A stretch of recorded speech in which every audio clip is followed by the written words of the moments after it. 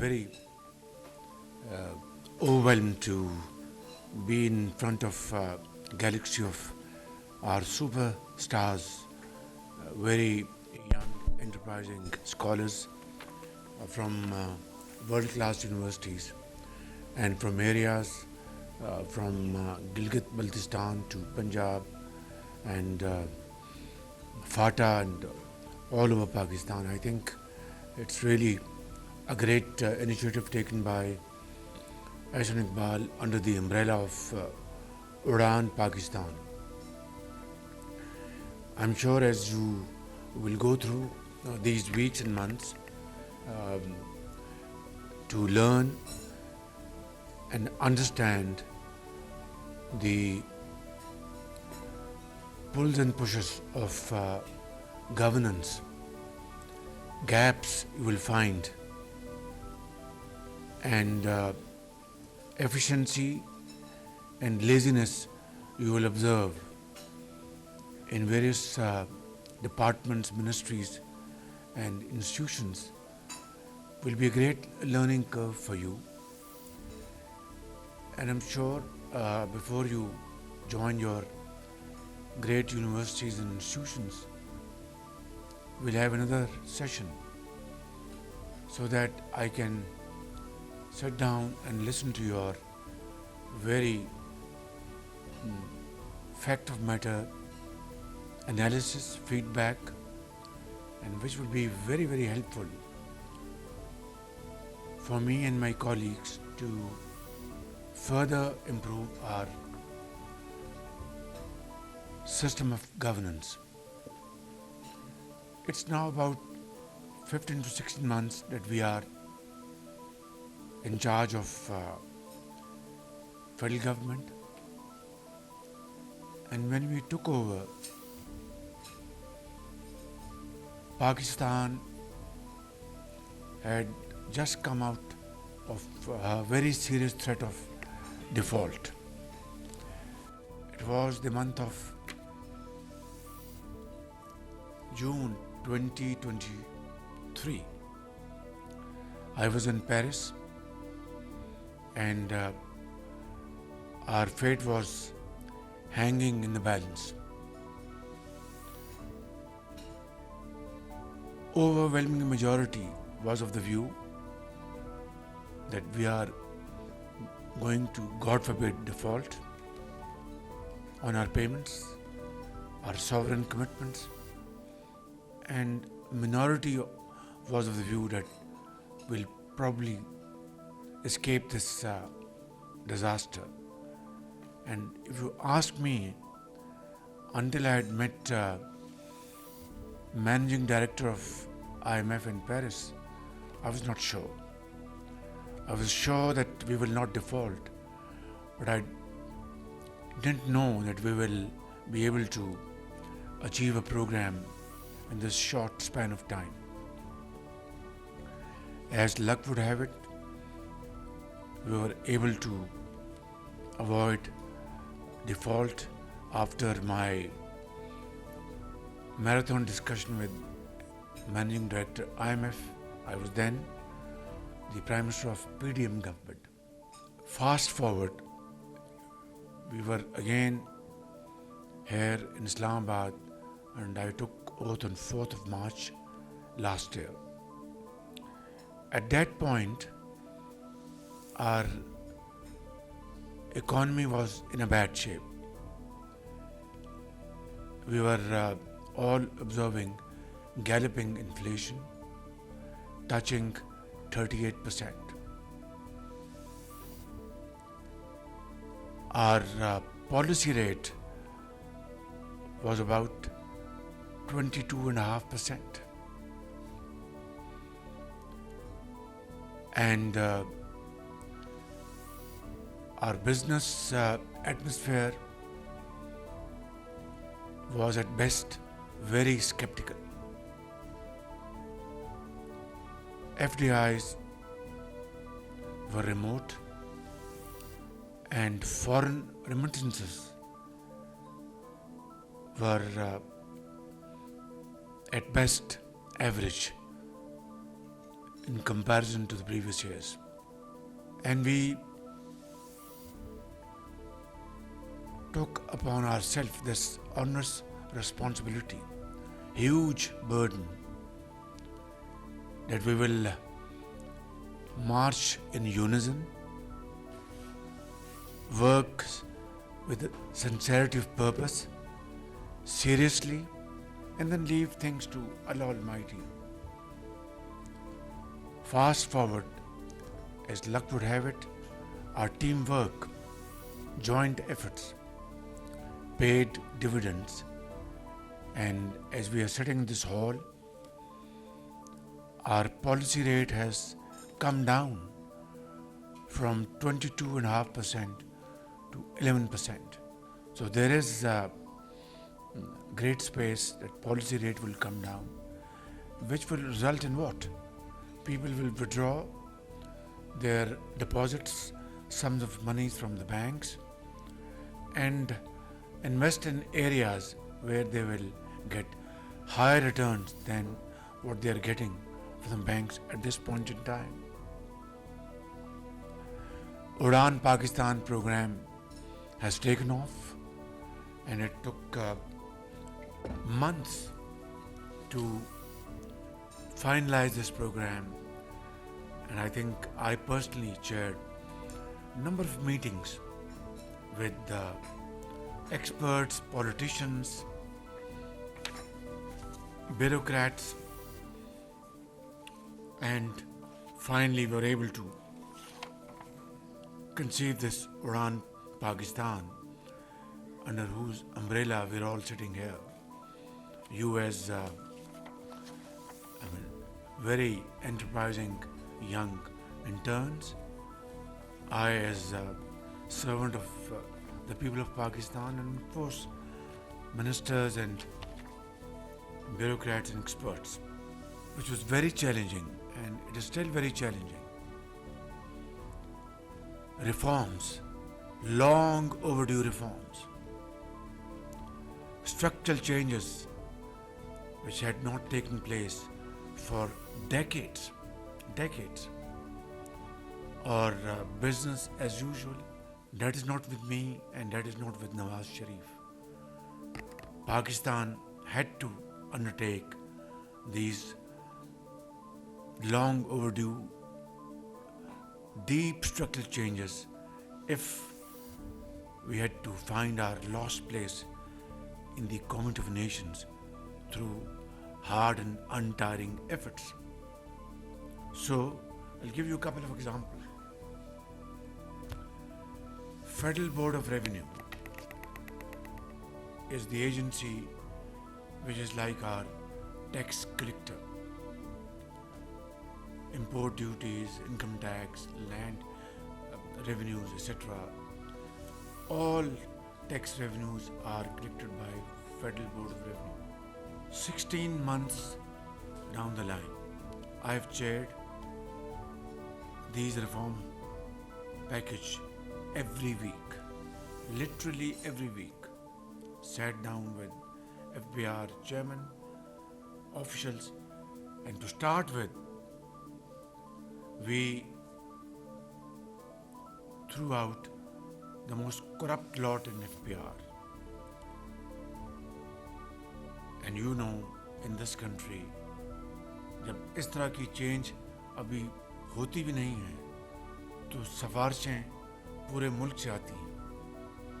So I knew that if I have to weed out undesirable element from FBR, I should be mentally prepared to face telephone calls, meetings, सिफारिश from left and right कि जी ये ना करें, ये इसको रहने दें, उसको कर दें फलां. So I was absolutely clear in my mind.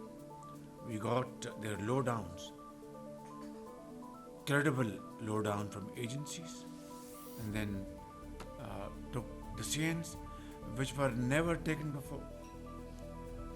Officers ranging from grade 22 to grade 20 were sent home without any delay, and knowing my little humble reputation from Punjab, बहुत कम सिफारिशें आई. They knew that I would not entertain these sifarishes from all over the country. Then there was all pep talk of digitization of FBR. It was all on papers. No actual step was taken in reality, except just first few steps, and that too through the support of World Bank and other agencies.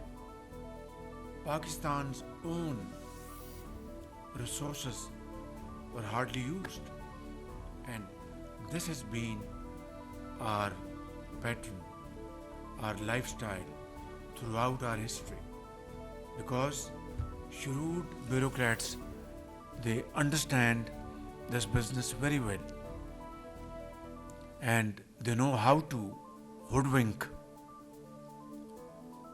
reality and create fiction which they would accept whether they like it or not.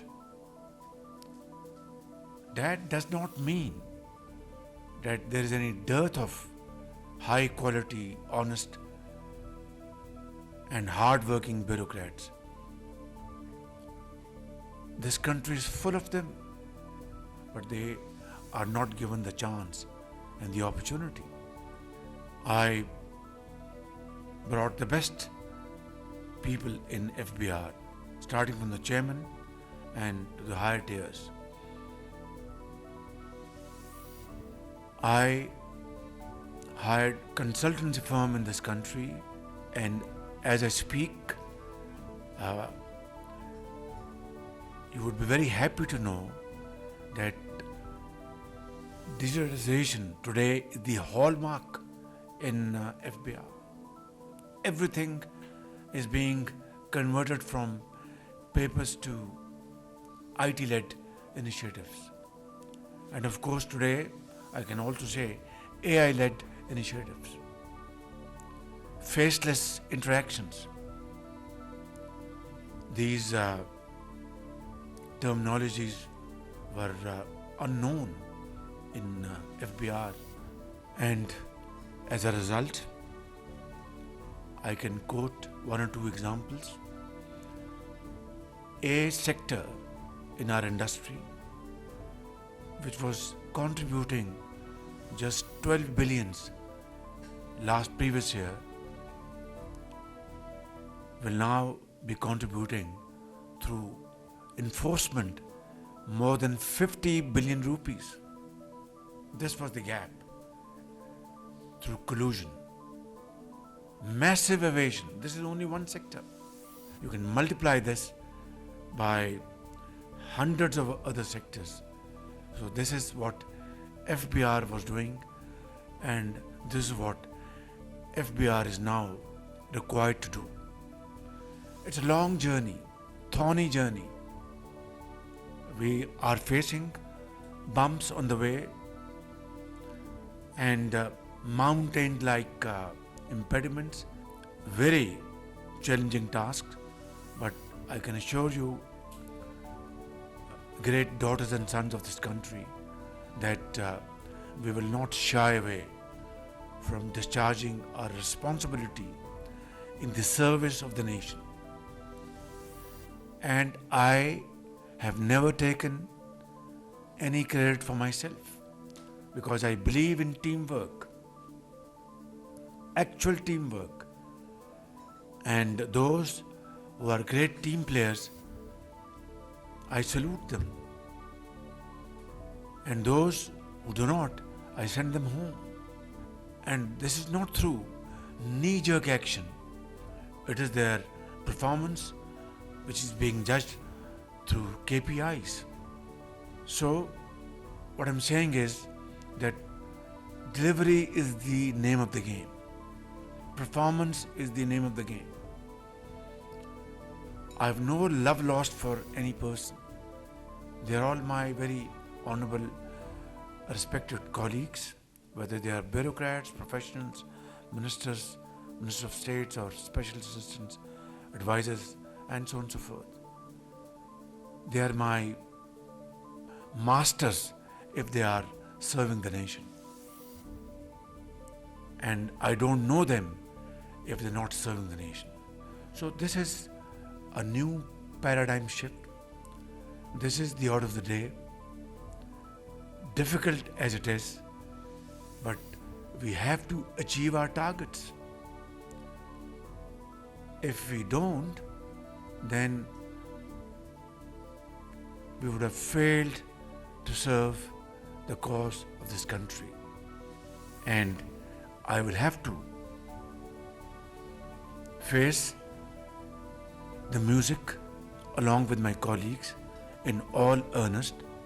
And if we're able to deliver, I think Allah Almighty, through His infinite mercy and blessings, we can stand with our head high in public domain. That's the crux of our philosophy of work ethics, ecosystem. I will not take more of your time. I think I've explained the essence of where I come from and my colleagues. I wish you best of luck. You are our future hope, and I mean it from the core of my heart. And we look towards you. The key of this country's success story is in your hands. So any expenditure on our youth is not an expenditure, it is investment. And this is my belief from ages. What like laptops I distributed in Punjab, purely on merit. Not one case against merit, purely on merit 100%. And education stipends to the tune of 20 billion rupees when I was in Punjab. Again, purely on merit. Boys and girls coming from poorest background. At times they were double orphans. We offered them stipends, and today they are PEEF scholars, graduated from various universities of the world. They are engineers, doctors, teachers, and whatnot. And I think when I will face my Creator, Allah Almighty, and when He will ask me कि तुमने दुनिया में कौन सा काम किया जो मेरी तुम इस अदालत में आए हो, तो मैं ये कहूँगा merit, merit and merit. If I talk about my fellow students, many of them get into excellent universities, Ivy League universities, including my own brother and my other fellow students who have been accepted into Cambridge, Oxford, Columbia. But there's no federal funding to support their university education. My own brother, we could not send him because of the funding. If there's any federal funding from these universities, because they're credible students who have been accepted. Yeah. Punjab Education Endowment Fund has now been graduated to Pakistan Education Endowment Fund. And this is, again, I said, based purely on merit. So this fund has come to action, and we will certainly, of course, we cannot meet ever increasing requirement. Although if I have funds, I would spend all these funds to finance your education bills. But there is a limit. Within that limit, inshallah, we will certainly, take up this issue, and this is very, very near and dear to my heart. Pakistan, as we know, is one of the most vulnerable countries to climate change. हम लोग climate change पे इतना contribute नहीं करते हैं जितना हम उससे affect होते हैं. This is a major problem, and as I'm aware that we plan to become from the top 25 economies of the world. Pakistan is one of those unfortunate countries, the first 10 countries around the globe which is exposed to climate change. And we had a very, very bitter taste of it back in 2022 when large swaths of our land, particularly in Sindh and Balochistan, were submerged, and the country suffered a loss of $30 billion. Just keep in mind that we contribute to these emissions not even a fraction of a percent, not even a fraction, and yet we are most affected country. Finally, young boys and girls, I'd like to congratulate you for two things. Pakistan was a victim of aggression in the month of May. Uncalled for. This Pahalgam incident, sad as it was, and it is, Pakistan had no contribution in that. Two, I offered a straight proposal to Eastern neighbor that let's have this matter investigated by an international body comprising of countries which both countries would agree to. India never even commented on this proposal, let alone, agree or disagree. And then on 6th and 7th of May, they attacked Pakistan. And as a result, 55 innocent Pakistanis were martyred in Bahawalpur, other places, and then, of course, in Azad Jammu and Kashmir. And hundreds were injured. And we defended our country. That was our basic duty, our responsibility. In that self-defense, action, 6 planes were downed. And then, as if it was not enough, during the night of 9th and 10th May, India attacked Pakistan again.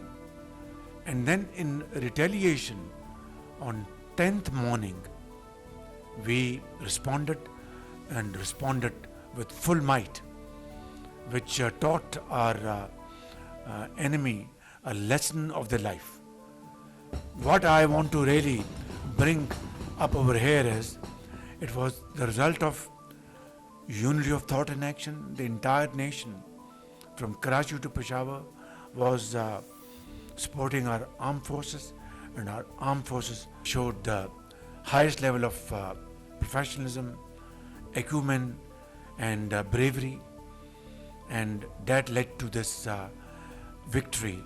Alhamdulillah, we won this conventional war through modern techniques, modern technology, and so on and so forth. And flashing point of a nuclear war never came. By the grace of God, inshallah, it will never come. Our nuclear program is for our self-defense. It is not for aggression. Thank you very much. God bless you. Pakistan Pindabad.